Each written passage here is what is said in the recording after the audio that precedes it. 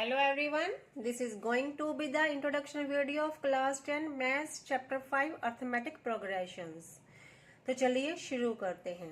सबसे पहले तो अर्थमेटिक प्रोग्रेशन को हम सिंपल टर्म में या सिंपल फॉर्म में एपी बोलते हैं, ठीक है। अब एपी होती क्या है?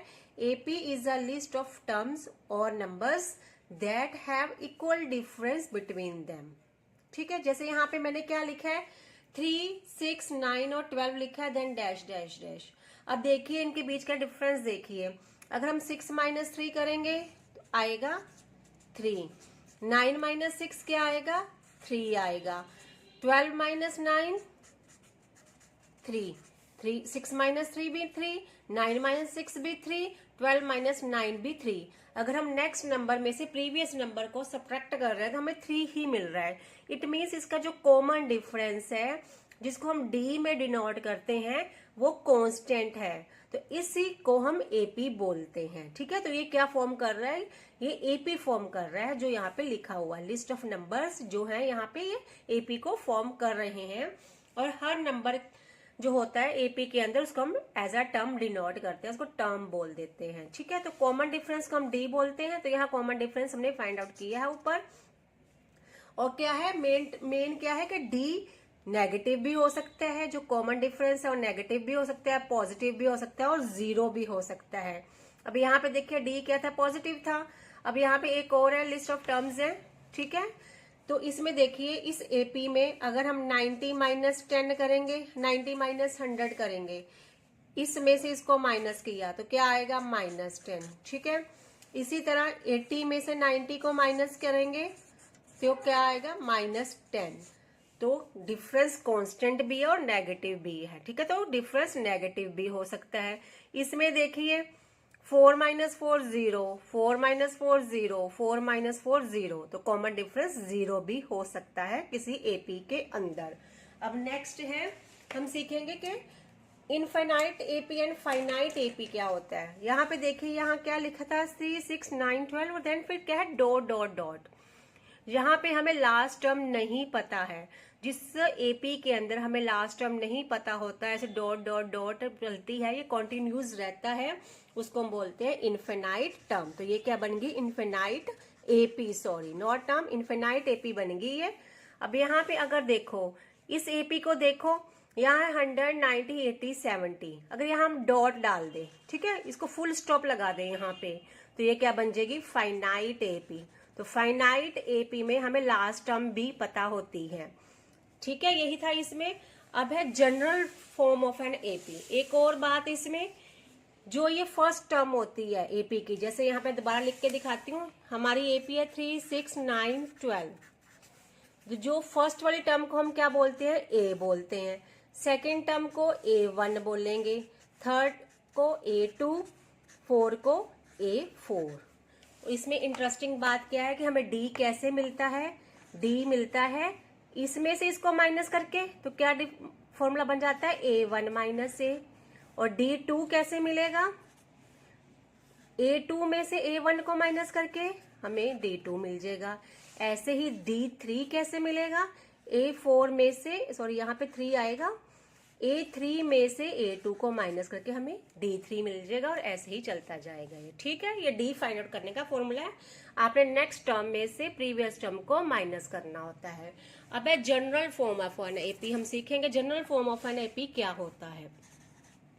जनरल फॉर्म ऑफ एपी क्या होता है ये अभी हम सीखते हैं, ठीक है। General form of an AP देखो, an equal to a plus n - 1 into D, ये फॉर्मूला है general form of an AP.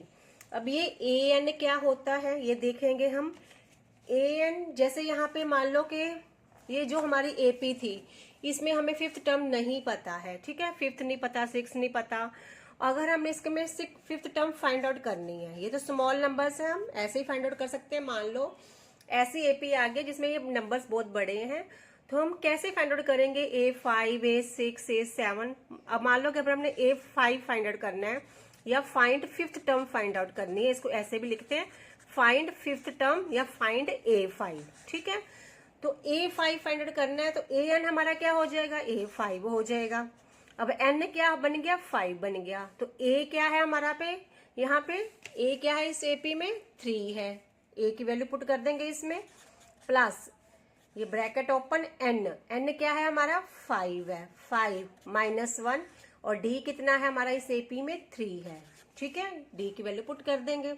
अब ए 5 किसके इक्वल हो जाएगा 3 + 4 - 1, 5 - 1 4 और यहाँ 3 + 12 = 15। तो A5 हो गया हमारा 15। ठीक है, ऐसे ही हम कोई भी जैसे अगर वो बोल दे यहाँ पे A10 फाइंड आउट करो, A90 फाइंड आउट करो, तो हम यही फॉर्मूले से फाइंड आउट कर सकते हैं।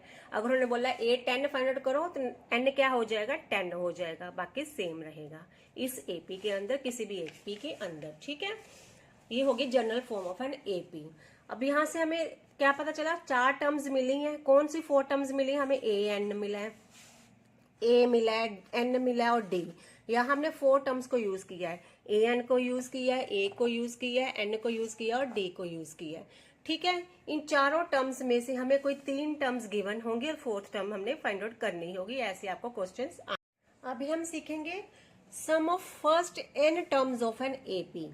मीन्स कि first n terms, n means first 5 terms, first 6 terms, first 4 terms, ऐसे भी हो सकता है। मीन्स पहले टर्म से स्टार्ट करके हमने इस एपी का सम फाइंड आउट करना है। मान लो कि अगर हमने यहाँ फाइंड आउट करना है कि इन 4 टर्म्स का सम क्या होगा, तो ये तो सिंपल एपी आप इजिली बता दोगे। ये जब एपी आपको बड़ी आती है तो आप कैसे यूज करोगे उसको, क्या फॉर्मूला लगाओगे? आप लगाओगे SN, means sum of n terms equal to हो जाएगा n/2, देन ब्रैकेट में 2a plus n - 1 multiplied by T D bracket close. ठीक है, अभी यहाँ पे देखो इसी एपी की हम sum of first 4 terms find out करना है। अगर हमने इस एपी में, तो फर्स्ट 4 टर्म्स का सम क्या होगा, कैसे फाइंड आउट करेंगे?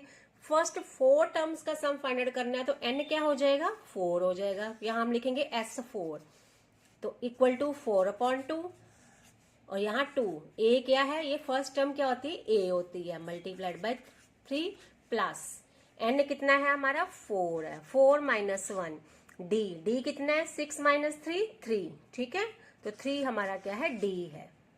अब यहाँ पे इसको सॉल्व करते हैं, ये कट जाएगा, ये बन जाएगा 2, ये बन गया 2 3 = 6 प्लस 3 और यहाँ 3, ये बन गया 2 ब्रैकेट में 6 + 9 2 और यहाँ बन गया 15, 4 - 1 × d = 3 30। तो सम ऑफ फर्स्ट 4 टर्म्स हमारा आया है 30 इस एपी के अकॉर्डिंग। इसको हम वेरीफाई भी कर सकते हैं।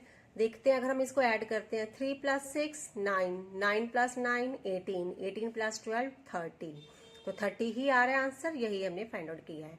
तो ऐसे में कुछ भी बोल सकते हैं, sum of first 100 terms of an AP, sum of first 10 terms of an AP. अगर बोलते हैं सम ऑफ फर्स्ट 100 टर्म्स तो एन क्या हो जाएगा 100 हो जाएगा, बाकी ए डी और ये हमें मिल जाएगा एपी में से, या हम किसी वे से 4 टर्म्स में से 3 गिवन होंगी, चौथी फाइंड आउट करेंगे। ठीक है, ये हो गया sum of first n terms of an AP. अब हम सीखेंगे sum of all terms of an AP when first term and last term is given. Means हमने ऐसी एपी के सभी टर्म्स का सम फाइंड आउट करना है जिसका हमें फर्स्ट टर्म और लास्ट टर्म गिवन है। मीन्स ये एपी कौन सी है, फाइनाइट एपी है। जब फाइनाइट एपी गिवन हो तो उसके टर्म्स का सम कैसे फाइंड आउट करना है। तो यहाँ एक एपी है, मान लो 5 10 15 20, ये एपी है, तो इसका हमने सम फाइंड आउट करना है। Sum of first 4 terms find out करना है हमने। ये आपको बताया होगा कि आपने क्या फाइंड आउट करना है, कितनी टर्म्स का सम फाइंड आउट करना है। मान लो हमने यहाँ फाइंड आउट करना है सम ऑफ फर्स्ट 4 टर्म्स। तो फर्स्ट 4 टर्म्स के लिए फॉर्मूला क्या है, SN = n/2 a + l हो जाएगा। a क्या है फर्स्ट टर्म और l क्या है लास्ट टर्म। तो इस एपी में हमारे पास a क्या है 5 है, ठीक है, ये a है, ये l है, तो l हो गया 20 और d कितना है 10 - 5 क्या हुआ 5। d की वैसे सॉरी हमें नीड ही नहीं, यहाँ पे a + l ही है, इसमें फाइनाइट एपी में हमें d की नीड ही नहीं है। तो SN, तो S4 क्या होगा, सम ऑफ फर्स्ट 4 टर्म्स। n क्या हो गया 4 हो गया, 4/2, फर्स्ट टर्म है 5, लास्ट टर्म है 20। ठीक है, लिख दिया हमने, सॉल्व किया, 2 इंटू क्या होगा 20 + 5 25, तो ये आंसर हो गया 50। तो first 4 terms of this AP is 50। Verify कीजिए 5 + 10 15, 15 + 15 30, 30 + 20 50। ठीक है, तो इस यहाँ से हमने क्या कर लिया है, इस चैप्टर की इंट्रोडक्शन को कंप्लीट कर लिया है। इस चैप्टर में जितने भी आपको टॉपिक्स आएंगे हमने सब कवर कर लिए हैं। अब मिलते हैं नेक्स्ट वीडियो में एक्सरसाइज 5.1 के साथ।